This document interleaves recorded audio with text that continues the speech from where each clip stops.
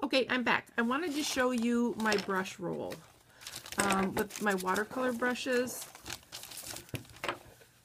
So I got the brush roll. I bought an inexpensive, there's a big tube of brushes, inexpensive, you know, not very good quality, but it came in a tube, and then it had this really nice canvas style brush roll. So this is what I use to store my watercolor brushes in, and some of these also were quite expensive.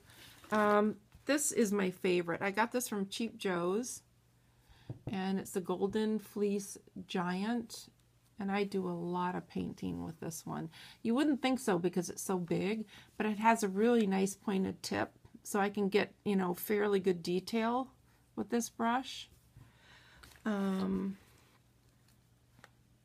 Here's some Winsor & Newton. It's a 14. This is a nice one too.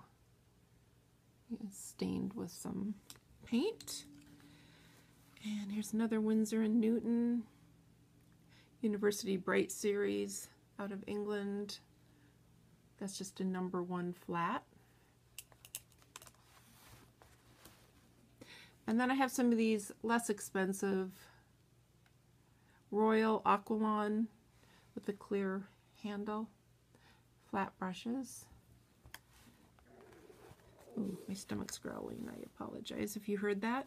Here's another, here's a Golden Edge by Grumbacher. It's a 3/4 inch. And here's a fan brush. This is again that Royal, it's starting to wear off.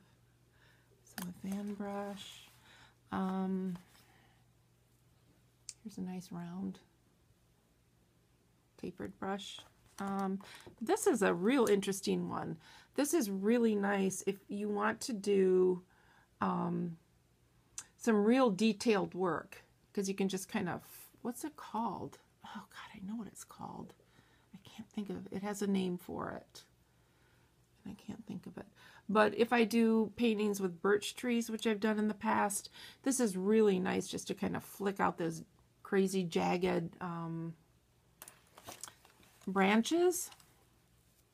This is a Low and Cornell. It's a flat glaze brush. Again, another good one just to put down water or a large wash of color. M. Grumbacher, a #4. Just a round brush.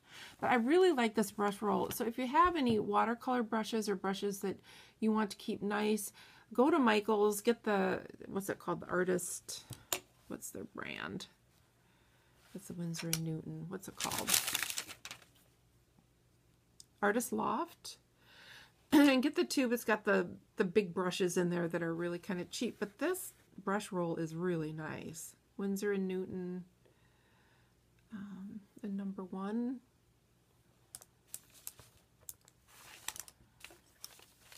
And here's another really nice mop brush. It's a Low and Cornell Sable.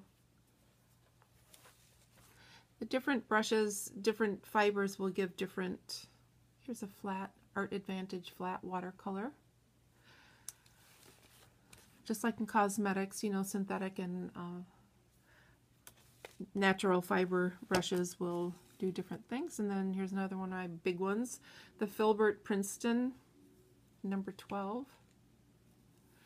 And a lot of these have really long handles, because a lot of times if you're doing watercolor, you want to stand up and be able to, you know, really get your whole arm going. Otherwise, things tend to stay really tight and kind of tight.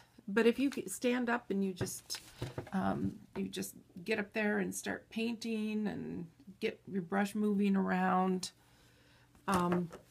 your pictures will be a lot looser, look a lot more natural.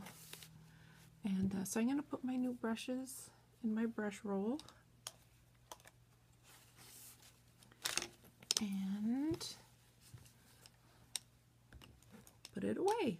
So, and I'm a horrible artist because usually I only watercolor, oh, these aren't all going to fit in here.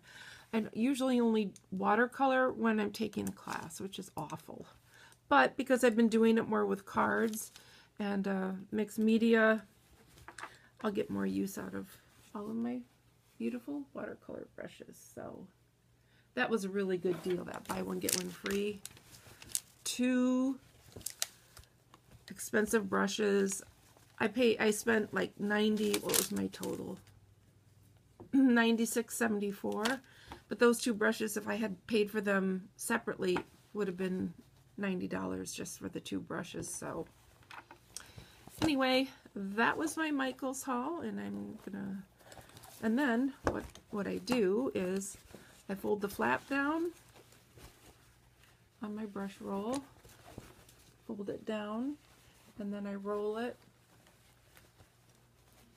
like that, and then tie it so they all stay in there and they're all nice and protected and dry. And yeah, so that's that. Okay, you guys, thanks so much for watching, and I'll talk to you soon.